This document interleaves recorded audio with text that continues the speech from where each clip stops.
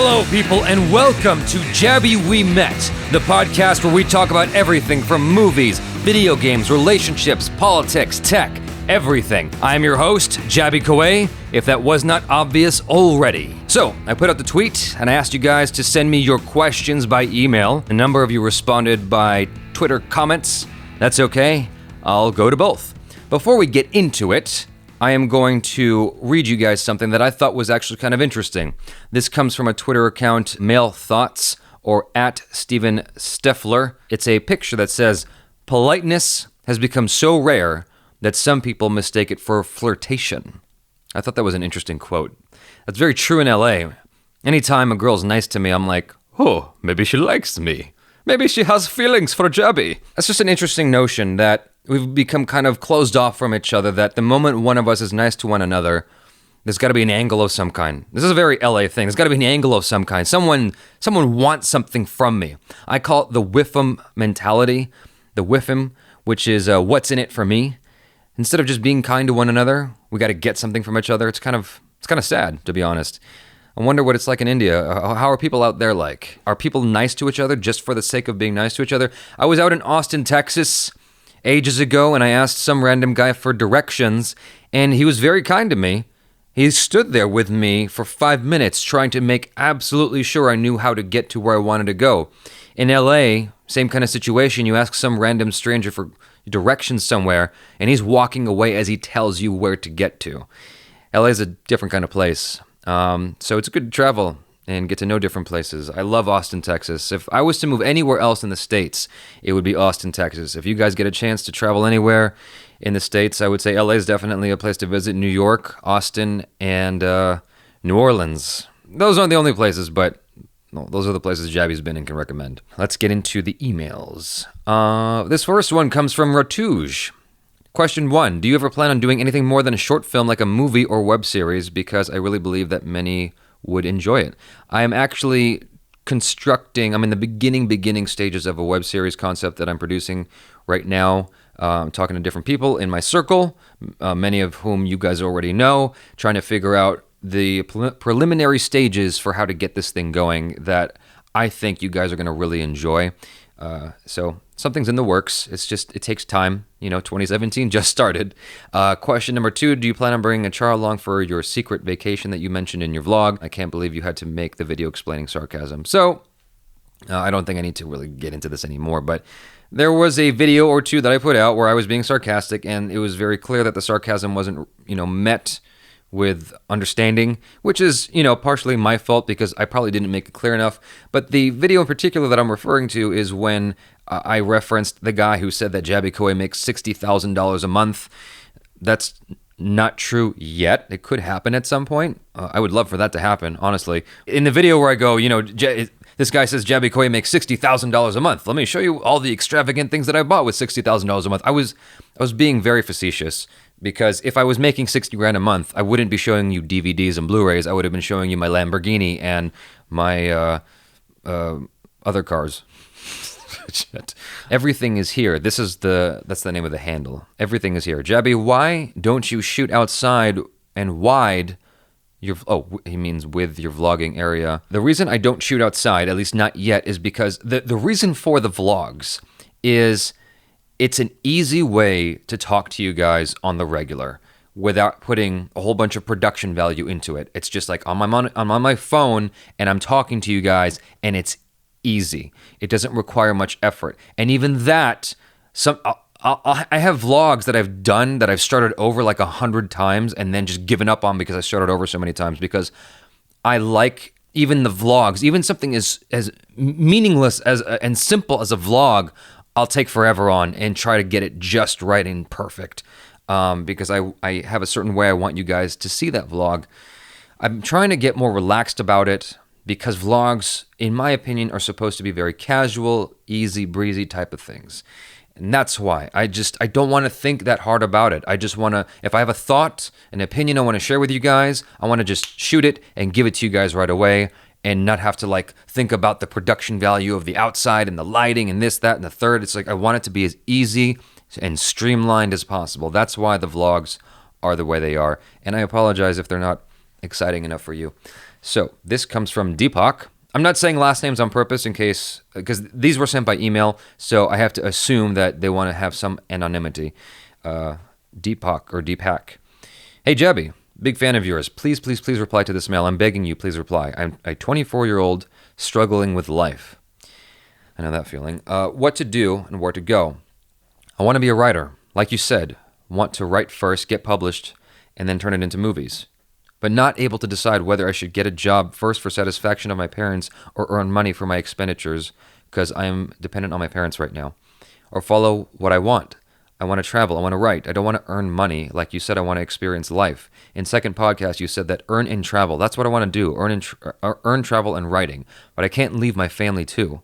From where to begin and what to do, I don't know. Please help me. Please reply me. I'll be waiting. And then a bunch of prayer signs. Deepak, that's a tough question, man.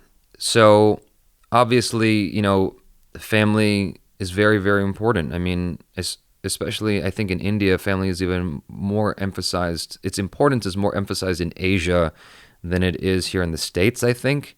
It seems like we're trying to get away from our family as soon as possible over here, whereas in Asia, you can stay with your family longer.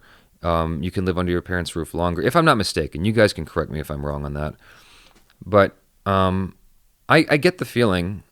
For me, I wanted to get out of my house as soon as possible, so I looked for a way out, and I got out at 21 years old. That was the earliest I could get out. And I was out on my own, living on my own, and it was scary, but I did it. If you have a way to do what you love, and you can see, like, conceptually the long term, you can see how you'll ultimately make money and ultimately take care of yourself where you don't have to lean on your parents. If you can envision that and you have confidence in yourself to do it, to take that action, to take that initiative and go for it, I advocate that because I think in the long run, your parents are going to be proud of you. You have to prove it to them. You got to prove it to them because they sound like they're more conservative, they're more traditionalists. They want you to follow the traditional route of doing a specific, occupation that sounds sustainable and like very obviously sustainable, even though nothing is these days. Something like a doctor or an engineer or whatever, like something that is classically sustainable. It sounds like that's what they want you to do and you don't want to do it. It's like, okay, let me reference something that happened to me a while back. I was on a date with a girl. Our logic was clashing on this date because of one specific thing, the career she's chosen. So she was in nursing school, and she had gotten, I think it was like a 4-year thing, and she was 2 years in, and she only had 2 years left to go. It was something like that, like she was halfway done. And I asked her, do you want to be a nurse? Is that what you want to do with your life? And she goes, no, but it's only 2 more years to go, and then I'm done, and then I got a backup plan. And that completely went against my philosophy. And I was like, why don't you stop? Why don't you go do the thing you want to do now? She's like, don't try to convince me to do something else. I'm already set on this. It's just 2 more years. And I'm like, yeah, but that's 2 years you can be giving to something you want to do with your time, with your life. Like, why wouldn't you go do that? Yeah, it might be harder, but anything worth pursuing is hard. Anything worth doing is a challenge. Like, doing the easy thing is boring. It gets stale and you end up not enjoying life as much. Now, there are people who love the traditional route and they enjoy it and they realize that maybe their parents were right. They look back on their life 10 years later, having done the traditional thing and being an engineer or whatever, and they're like, wow, there's a good thing I listened to my parents because I've got a stable job and this is working out and I'm able to take care of my kids.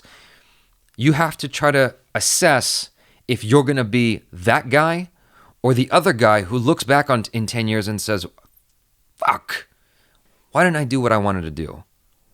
Well, I could have done it. I should have, would have, could have. Like, those are bad. I knew as a kid that I was going to have those kinds of questions, like the woulda, shoulda, coulda questions, or the thoughts, the regrets. And so I purposely, deliberately went the route where I know that I gave it my best, doing it my way. You're taking a chance at some kind of painful failure. Like, when you take the lifestyle of the artist, it can be bad. I've had some setbacks that were very painful and very difficult to get through, but somehow, where there's a will, there's a way. You'll find a way out of it. That's the thing. where there's a will, there's a way. If you truly want to take that path, you will find a way to do it. That's what it comes down to. You will find a way to do it. And at the end of the day, you might like upset your parents, but in the long run, their love will prevail, hopefully. Your love for them will prevail, hopefully. And at the end of the day, you will both come away with a new understanding of each other. And they'll love you still, and they'll appreciate you still, and they'll be there for you still. Hopefully that helps. I mean, to me, that makes sense. That's the kind of the path I took. And, I developed a strong bond with my parents after the fact, after leading this path my way. Next question, Nick Hill Ja. There's 5 questions, so this person really wants to know a lot of things. Number 1, is JABY, KOAY, and Acharya your real? Is JABY, KOAY, and Acharya are your real names? So, Acharya is Acharya's real name. JABY, KOAY is not my legal name. It's it's a handle that I made up when I was a kid. I won't tell you what it means or where it comes from yet. I'm waiting for 1 million subscribers, and then I'm going to deliver this anticlimactic answer as to where JABY, KOAY came from, the origins of the name. It's so anticlimactic. You guys are just going to get pissed off when I finally tell you, but I'm going to wait for 1 million subscribers before I announce it. My legal name is all over the YouTube channel. It's like if you just go to my short films, you can see my legal name. Number 2, who is your favorite YouTuber? Right now, the person I probably go to the most is Philip DeFranco. Like his name is the one I've been typing in the most, and Review Tech USA. Lately, those are the 2 people I go to the most. I can't think of anyone else off the top of my head that I've been looking at a lot. I'm sure there is someone else. I just can't think of it at this moment. Number 3, what did you do before YouTube? I was in commercial casting for 8 years. I was acting in commercials, and I'm still acting in commercials. I still audition and book at least 1 to 2 a year, sometimes more. Number 4, which editing software do you use? I use Adobe Premiere. Number 5, when are you coming to India? These are questions from Twitter. There's no rhyme or reason to these comment responses. I don't really understand it at all. Like the order, it says 23 hours ago, then 18 hours ago, and I'm like, okay, the order's just weird, but I'm going to try my best here. So this comes from Trusha Tungar. It says, actually, I'm also a Taekwondo black belt, but I left Taekwondo 5 years ago, so I'm out of form. How do I get back in shape? Trusha, it seems pretty obvious. Go back to Taekwondo. You're given enough time, your body will acclimate, and you'll get back into shape in no time. Here's the thing. Your muscles have what's called muscle memory. And as you do it again, it's gonna feel like you're opening the rusty gates at first. You're gonna be really sore, but as you continue to push through, you're gonna lose weight. Your body's gonna, get back into the swing of things again. And within a month, I'm sure you'll be fine, and you'll be on your way to losing weight. It'll take time. If you gained a bunch of weight, it's gonna take time to shake that off. It's not gonna go away overnight, and you can't be deterred by the fact that it won't go away overnight. But as long as you start, that's what's important. Start. That's the most important thing. And also, eat better. Everything is, they say it's 80% diet, 20% exercise. So start with your diet. Cut down your carbs. I'm not going to try to give you guys a rundown of what to eat, but I can tell you what I did. And if you want to model your stuff after my stuff, that's up to you. I'm not telling you what to do, so don't come back and lecture me or get angry at me if it didn't work for you. I'm just letting you know what I did to lose weight. So what happened for me was I was running an audition, and these guys came in. They're like 6'2", 6'3", and they weighed 172 pounds or something like that. And I was like, I weigh 172 pounds, and I'm not as tall as them. And that concerned me, and I realized I was overweight because I wasn't working out as much. People looked at me and they didn't see that I was overweight, but I knew I was. I have that kind of body where only I really know that I'm overweight, or people who are really, really close to me. And so what I did was a very strict diet. I would wake up. The moment I would wake up, I would take what's called a Slim Fast. I don't know if you guys have that in India, but in the States, we have this drink called Slim Fast. The idea is that you get the nutrients you need from it, which is not entirely true, but you get the nutrients you need from it, and you're good, and you don't have to eat anything else. Me personally, sometimes Slim Fast just left me really hungry, but I was able to use it to do what I needed to do. So I would drink half a Slim Fast in the morning. I would go to the gym, and I would do aerobic exercise. It started out at 20 minutes, and then it went to 30 minutes, and then 45. I worked my way up to an hour or something like that. Then I'd come home. I drink the other half of the Slim Fast, or I drink a protein shake. Then 2 hours later, I would do a snack of some kind, like a granola bar or oatmeal. And then 2 hours later, I'd have a strictly protein-based lunch, like fish, chicken, hamburger, or those are the options, right? That's nothing else. Oh, or tofu. Tofu is great in protein, also if you're a vegetarian. So, and then 2 hours later, I'd have another snack, and then 2 hours later, I would have another Slim Fast for dinner, or a protein shake. Now, there were many days where I was going back to the gym at night, and I was doing aerobic exercise again at night. This is not the most recommended thing to do because it gets your heart rate up and you end up staying up late if you are working out too close to your bedtime. So be careful of that. But what I would do is every other evening, I was doing aerobic and then weights, aerobic and weights. But every single morning, I was doing aerobic. So I was really hard on myself doing in the same diet every day. And after every workout where I was using muscle, I was eating a protein shake. And man, I cut through weight fast. I was at like 172 and I dropped all the way to like 149. Not even kidding. So my weight is back up towards the mid 160s, which is like fine because I've got like, I don't know if you guys can see it. I have some muscle on me. So I've got like muscles in my legs from martial arts and, weights and stuff like that. So that's where I'm at now. Anyway, next question. I just got bored of hearing myself talk about that. Shivani Tawari, fan of yours from Sweden. Love you, JABY. Love you too. Thank you very much. Anub Hutidan. Okay, that's a difficult name. You know who you are. Anub Hutidawan. How do you feel about whitewashing of POC characters in Hollywood? Have you ever faced stereotypes or racism because of your mixed heritage? I don't know what POC stands for. What does POC stand for? Okay, I just went to pocket.com. I don't know what the hell that is. People of color. Oh, people of color. Okay. Now I know things. Now I know more things. People of color, POC. How do you feel about, let's repeat that question. How do you feel about whitewashing of people of color characters in Hollywood? Have you ever faced stereotypes or racism because of your mixed heritage? So, I am very much against whitewashing of characters. It frustrates me to no end. And that's part of my long-term objective with YouTube is to basically combat that. Because my long-term objective is to make films where people of color are amongst the leading cast.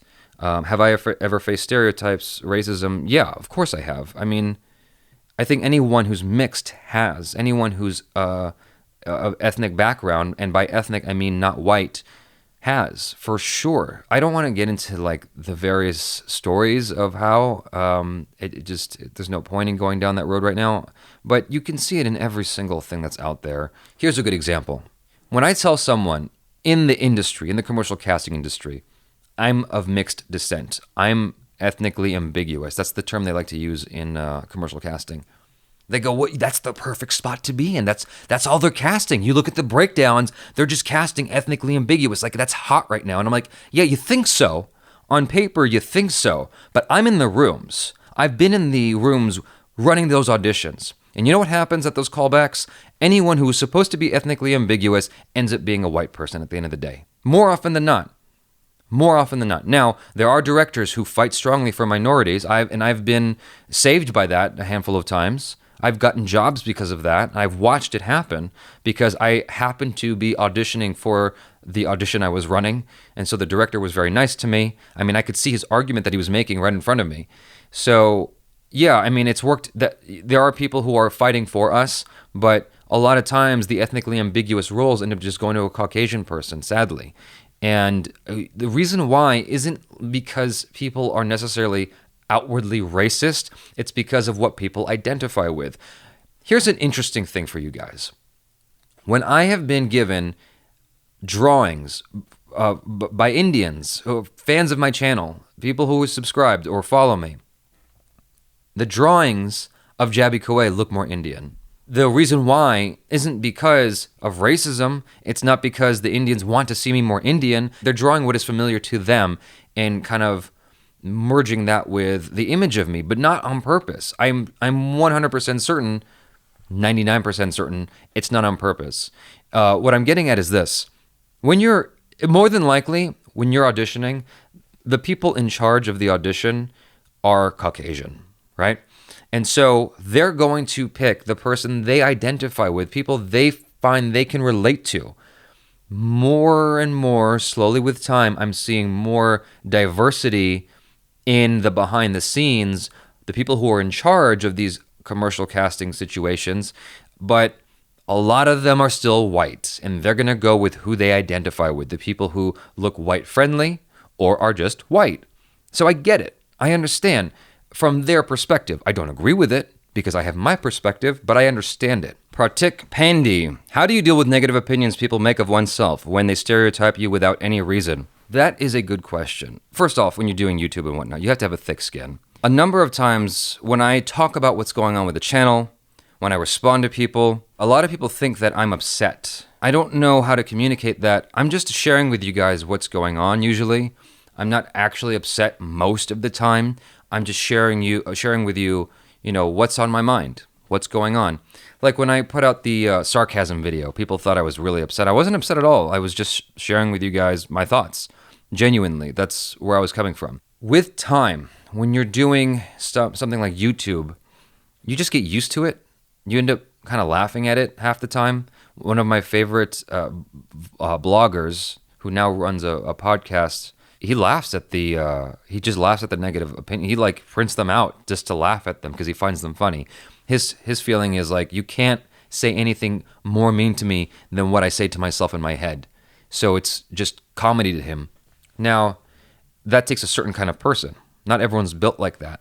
Now, if you're asking with regards to yourself, people saying negative things about you, that's hard. I know what that feels like. It's tough. This is a very non-specific question. This is a very ambiguous question that you're asking me. So you have to help me out here. Like, if you're talking about in a situation when someone's being negative at you, what can you do? The easiest thing to do is kill them with kindness. Be nice to them. Don't give in to the fight. Just kill them with kindness. You look good, man. That's a great suit. That's a great haircut. I like your haircut. Just like kill them with kindness. And eventually they're going to see that what they're doing is foolish. When they stereotype you without reason. I've been there. Oh man, I've been there. So the one that I've dealt with is people think I'm a player. People think that I'm a womanizer of some kind. Now, why did they think this? When I worked in casting, I would talk to everybody. Men or women. I would even talk to kids. I didn't care. I was just talking. I liked chatting with people. But what would people notice? They would notice when I'm talking to the pretty girls. That's all they would notice. And then I would get in trouble because I'm flirting with all the girls, according to them. That would just rile me up. And I'm like, I'm talking to everyone.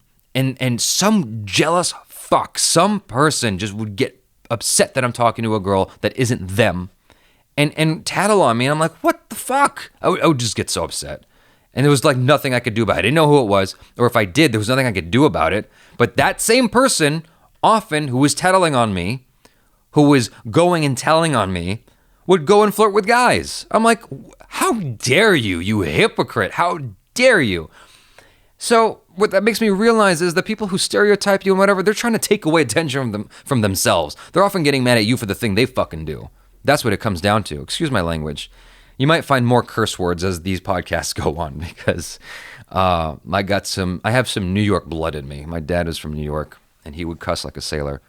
So I had a roommate and she had brought over her friend, her gay friend, and he knew that I was single and that I was looking. And he asked himself, like, how can this guy who's single, very nice, blah, blah, blah, how can he, like, he's got his shit together, how can he be single? And then they told me they were going out that night to, like, they were going to a bar or something like that. So I said, I wanted to come, I want to meet people. I show up at the bar, and I'm dressed for the part. I got my nice shirt on, I got my nice shoes on, my nice pants, my hair's done, like in my faux hawk that I had at the time. I was clean shaven. And the guy's like, oh, I see. The reason why he's single is because he's a player. And I was like, are you goddamn kidding me? Are you, if only you knew. It's like, what am I doing? I'm at home playing video games or writing or working out at the gym. Like, I'm not out there at clubs trying to hit on women. I'm not at bars trying to hit on women, generally speaking. Like, I was looking for a relationship at the time, and the guy saw me as a player. He just wrote me off as a player, and so he didn't want to introduce me to any of his friends. And I was like, I have been in back-to-back relationships for like 10 years since I was in high school. How dare you?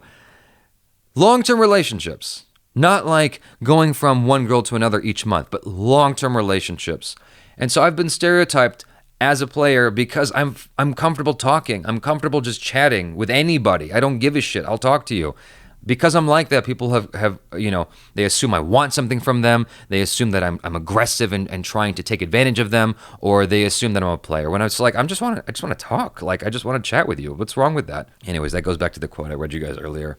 So yeah, I've been stereotyped. I don't know how to deal with it. Oh my God.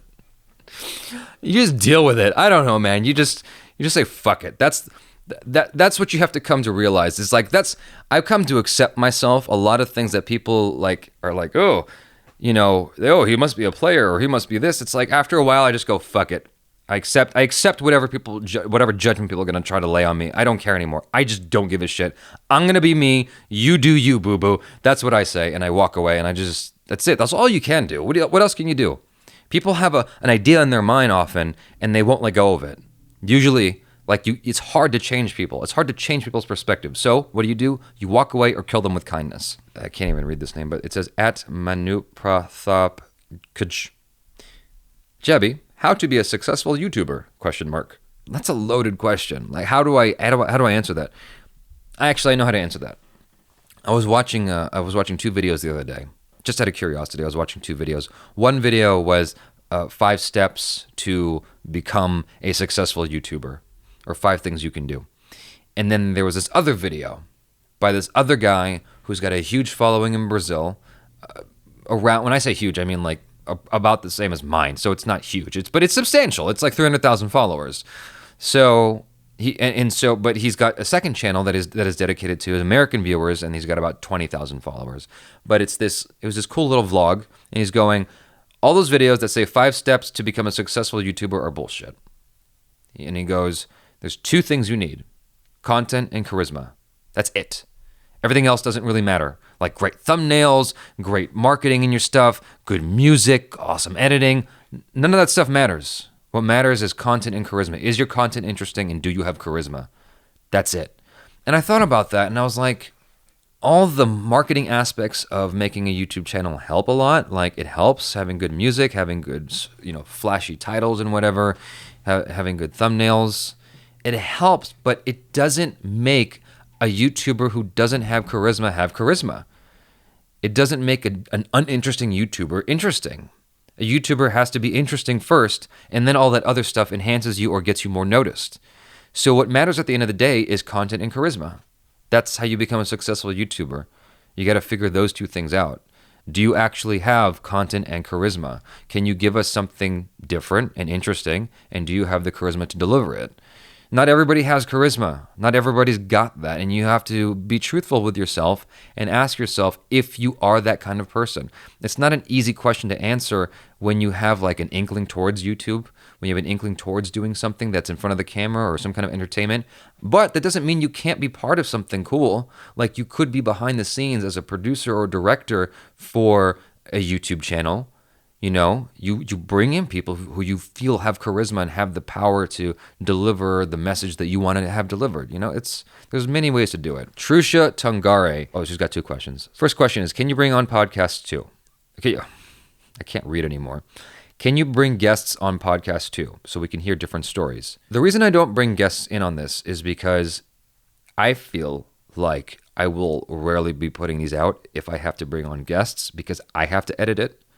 Or Chara has to edit it, and she doesn't know how to edit my podcasts yet. So it's really just me editing it. Because of the nature of how this is recorded, bringing on a guest is a tremendous amount of editing, because I have to, it's just too complicated. I don't want to explain it, but there's a show I used to do with Sintel called Good Thing, Bad Thing, which is still on my YouTube channel, which you can check out right now if you feel like it.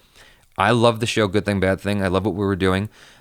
But that was a very complicated setup, and it took a long time to edit each episode. I may go back to doing that at some point, but I don't want to do it alone where I'm doing all the work. Trusha again goes, how do you tackle the negative comments or overall negativity? Because I know I can't. You have to pick your battles. Sometimes people are negative just for the sake of being negative, but sometimes you can see when someone is negative, but they're coming from a genuine place. They have heart behind what they're saying. You choose those battles carefully and you try to kill them with kindness, like I was saying earlier. Be a gentleman. I try to take the Obama approach. No matter how much he got attacked, he was pretty nice. He was a gentleman in his responses almost every single time that I can think of. So that's the approach I like to take. People will launch ad hominem attacks at me. They'll cuss at me. They'll say all kinds of like mean things to me. And I will just respond to whatever is remotely logical in their statement. I don't try to fire back with, you're an asshole, you're a fucker, this and that and the third. Like, I try not to do that. I try to kill them with kindness or with logic and just leave it at that. And if they want to continue to be jerks to me, whatever. I can't. Then they're just trolling me at that point. I have had situations where, I did what I'm explaining right now and people have responded with kindness. They're like, I didn't think of it that way, or cool, or, I was just playing around. That's always a fun one. Oh, Jabby, I was just playing around. People are often attacking you for things they're insecure about within themselves. This was something told to me as a kid, and I thought it was bullshit, but it's actually true. Like, a lot of times, people are attacking you for things they don't like about themselves. Now, moving on. Ron Thetron, what is the most significant and positive change on your channel post February 2016?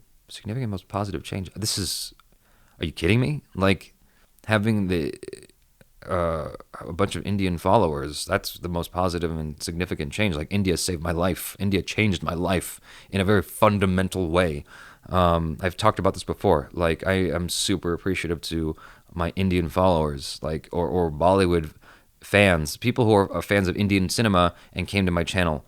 All of you guys are amazing. And like, even the people who dislike me but continue to watch me anyway, I love you guys too. Like, all of it is meaningful to me. Divya, hi, I wanted to ask you that I want to start a YouTube channel, but I can't really fix my find. I think she means mind. Okay, let me back up. The grammar is a little funny.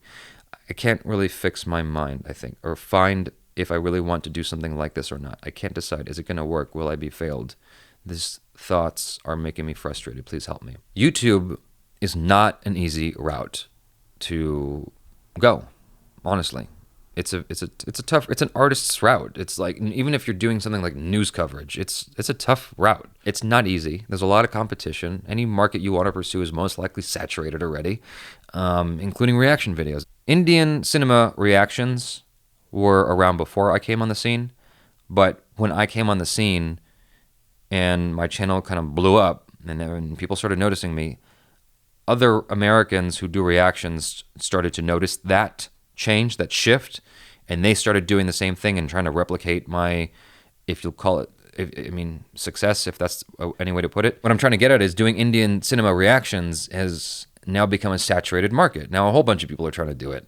And I noticed that. I'm not blind. I'm not oblivious. I see what's happening. That's not really answering your question at all. I'm kind of rambling. You have to decide what your heart is telling you. I can't tell you what your heart is telling you.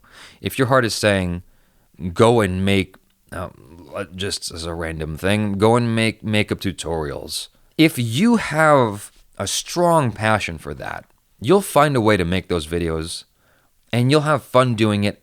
That's the worst thing that'll happen. The worst thing that'll happen is you have fun making those videos and people enjoy seeing other people have fun at the end of the day. They like living vicariously through other people. I do the same thing. Like, when I watch YouTube videos, I'm living vicariously through other people. You got to decide what your heart wants. Like, I can't tell you that. Can you fail? Yeah, you can fail. It fucking sucks when you fail. But it's not the end of the day. It's not the end of the world, rather. I would have rather tried to do what I wanted to do with my time and fail than succeed at something I fucking hate. That's what it comes down to. Like, if I wanted to, and I mean this, and I'm not being egotistical or hyperbolic when I say this, I could be like a legit Hollywood film editor right now if I took a different route. Now, what I mean by that is this. I am extremely capable at video editing, and I have, I'm kind of lost touch with those people now, but I had the connections to continue on that route, to ascend into being a very, very, very wealthy editor. That could have been like a career for me. But I hate honestly, I hate editing, especially when it's not my stuff. Like sometimes when I'm editing my reaction videos or whatever, it's this begrudge. I do it begrudgingly. It's like this task. Editing can be really, really obnoxious to do sometimes, but I do it because I got to do it. And the thing is, I'm working on my own thing, so it's fine. Like I don't always hate it because it's my own thing. Like half the time, I actually really enjoy it, but the other half the time, I'm kind of annoyed, and I just wish someone else would do it. And that's why I got a Char helping me out. But what I'm getting at is I chose not to be a Hollywood editor because I knew I'd be miserable. So, yeah, you can fail, but don't let that deter you. You go into it with the best possible plan and you go for it. That's the best advice I can give you. If the possibility of failure scares you too much, then don't do it. But I guarantee you will have regrets for not trying. Surav Paul, hey JABY, KOAY, when are you going to start your martial arts classes? Please show me your videos. So, for those of you who don't know, coming up on 2 years ago, as of this May, at the end of May, it'll be 2 years ago, I injured my foot really badly. I was doing run-up-the-wall backflips. I was practicing for it anyway. And on my last run-up, I heard a pop. It was my foot. I thought I broke something on the wall. And it wasn't. It's called plantar fasciitis. I ripped a tendon in my foot. It was a really bad injury. And I still deal with pain from it even today, but it's a lot less than what I dealt with before. And so I think it's finally at the point where I can go back to martial arts classes, possibly go back to gymnastics, but I have to tape my foot up a certain way, which is just annoying because it makes me feel old and broken, honestly. Like, if I think about it too long, I get really depressed, honestly. Like, it really brings me down. And what consoles me, what makes me feel better is knowing that it's not the only thing that I do in life. Like, I've got my YouTube channel, I've got my writing, I've got other things that I do that I'm passionate about and I'm good at, and I know that I can do well. It kills me sometimes when I think about the fact that I can't go back to gymnastics and do things the way I used to do with the same confidence. It hurts emotionally when I think about it too long. But I think I can do Taekwondo, martial arts classes. I just can't do gymnastics the same way. I have to be more careful with how I move.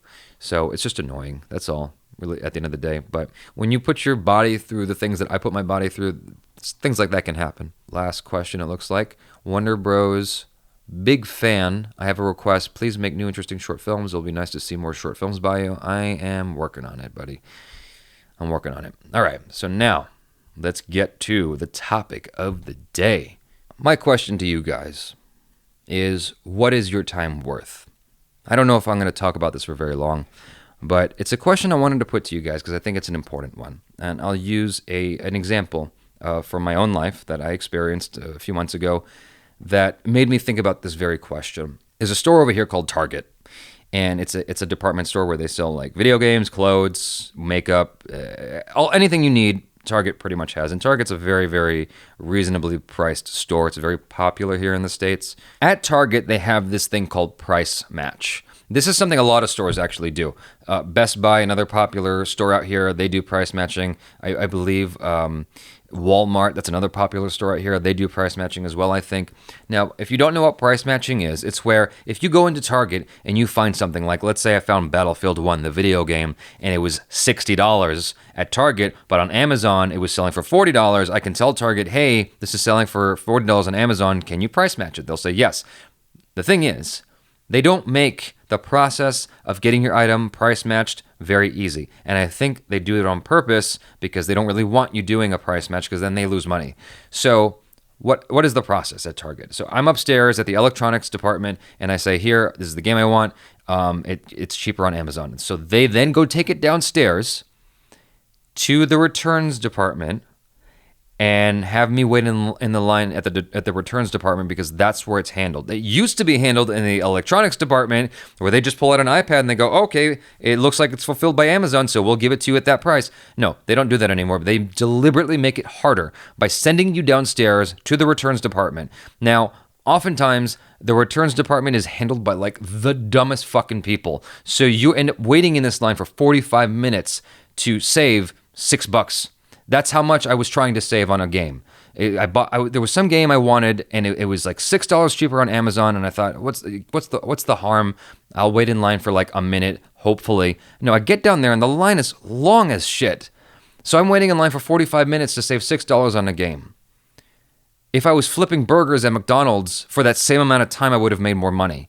So basically, the question is, what is your time worth? Because I think that a lot of people go out of their way to try to save a few cents on something. Like my dad, he would do this thing that I don't think you can do this anymore. Like I know for sure you can't do this anymore. I mean, you can if you really push it, you might be able to get away with it, but you'd only get store credit at the end of the day.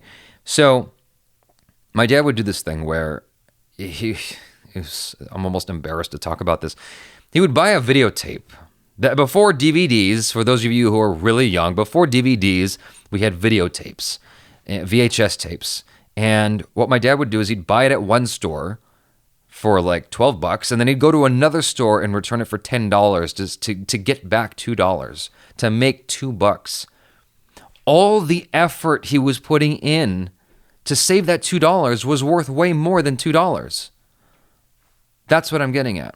And I think a lot of people do these things in life where they try so hard to save money. Like, okay, let's say, of course, everyone's circumstance is different. Not everyone is in the same position. So some people need to do these things to get by. And I get it. And I respect that and I understand it, but for those of you who don't need to do that to get by, you have to ask yourself what your time is worth. Like, there are some items where, like, let's say I buy something from Target for a couple of bucks, for like $2, right? Which is nothing over here. I buy something for $2 and it's broken or it doesn't work right. Something's wrong with it. It doesn't make sense for me to wait in line at Target for 45 minutes to get it returned for those $2. It just doesn't make any sense. Now, if you're all about the principle, then fine. But if you're all about your time and what your time is worth, it's not worth it. It's not worth it for the $2. It's just not. Okay, gas is a great. That's actually a much better example. So my mom will drive out of her way to save money on gas. Now, what do I mean by that? So gas right now, last I checked, was like $3 a gallon. So my mom will drive out of her way to save 10 cents on a gallon of gas. 5 cents. So I've seen it happen where she's trying to save 5 cents. So what does that equate to? Like, if your car has 10 gallons in it, she's trying to save 50 cents. Now, over here, 50 cents can't even get you an arcade video game. You can't even play an arcade video game for 50 cents. You can't even get a popsicle anymore for 50 cents. Popsicles are like $1 now, $1.50 now. So 50 cents over here is like worthless. Again, the question comes back to, what is your time worth? Is it worth it? Is it worth it to do these little things that take up a considerable amount more time than the item is worth? I wish I had better examples for you, but those are the ones that affect me in my life, my daily life, like going out of your way for gas. Like I don't do that anymore. I just get gas whatever's closer to me because I'm not going to drive 20 minutes out of my way to save 20 cents on gas. It just doesn't make any sense. The reason why you got to ask what is your time worth is because we often give our times to things that you look back on and you're like, why did I do that? Why did I spend so much time doing this and that when this is what I wanted to do with my time?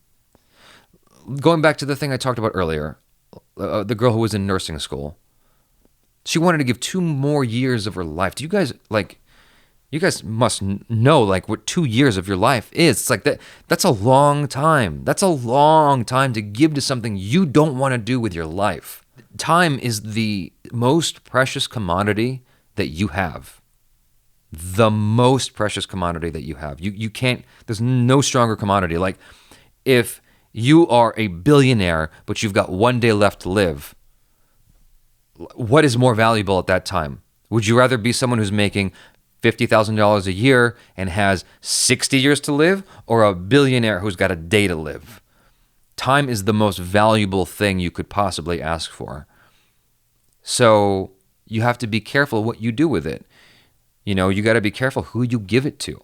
I know people who've got friends that are not good for them, but they're afraid to let go because they've known them for so long and they feel bad. But it's like, what's worse? Feeling bad for a little bit to disconnect yourself from that friend who's just consuming your time which is more valuable than anything else?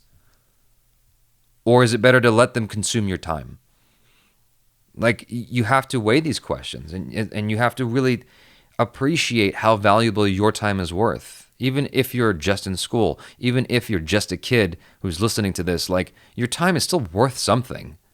There are people out there who are your age, let's say you're 15 years old, who aren't dicking around. I'm not saying all 15-year-olds listening to this are dicking around. That's not what I'm saying. I'm saying there are some out there who are listening to this that are dicking around. Okay, let me use myself as an example again, because that's easier to do. When I was in 6th, 7th grade, I was playing video games on my off time. I was playing copious amounts of video games, and that's what I was doing with my time. You know what Mark Zuckerberg was doing with his time at 6th, 7th grade? He was designing apps for his dad. He was designing complex apps so that his dad could use for business. Thinking about that made me feel really stupid. It made me feel jealous and upset. I'm not jealous and upset about it anymore. We obviously had very different lives. But when I learned that, I was like, okay, I know what I want to do with my kids. I know how I want to help my kids. Like, what I want to do with my own kids when I have kids is figure out what exactly they might have a passion for and really, really help them and facilitate them getting on that path as quickly as possible. Because time is the most precious commodity, and our school systems out here are really frustrating, and I feel like we lose so much time on bullshit that we could be giving to things that we actually can appreciate and use in life. So that's a big thing for me, is time. Time, it just gets wasted on dumb things. Now, I am still guilty of wasting time on dumb things. Don't get me wrong. There are things that, you can't just look at life as this thing where you always have to make sure every second of your life is being spent on, the best possible thing. Like, you have to relax. You have to enjoy yourself. You have to have friends that you enjoy and drink with, because socializing is important for the mind. But you have to do it with moderation. You have to make sure that you're giving a very significant amount of your time to things that are important, and not try to, nickel and dime and save every penny here and there, giving like 45 minutes of your life in doing so. That's what I'm getting at. Hopefully some of my rambling made some sort of sense, made some semblance of sense. I'm very tired, but I wanted to make sure I did this podcast before I left on my trip. I hope you guys enjoyed this. Hopefully it made some kind of sense to you and it was of some kind of value. Let me know in the comments your feelings, your thoughts. I want to know if it's moved you in any way. I want to know if it's helped you see things even a little bit differently, or if it just affirmed things for you. And if it didn't, then cool, you can tell me about that too. All right, well, that's it, you guys. Thanks so much for hanging out. Hopefully you enjoyed that, and I look forward to talking to you guys again on the next podcast of JABY We Met. I am JABY KOAY.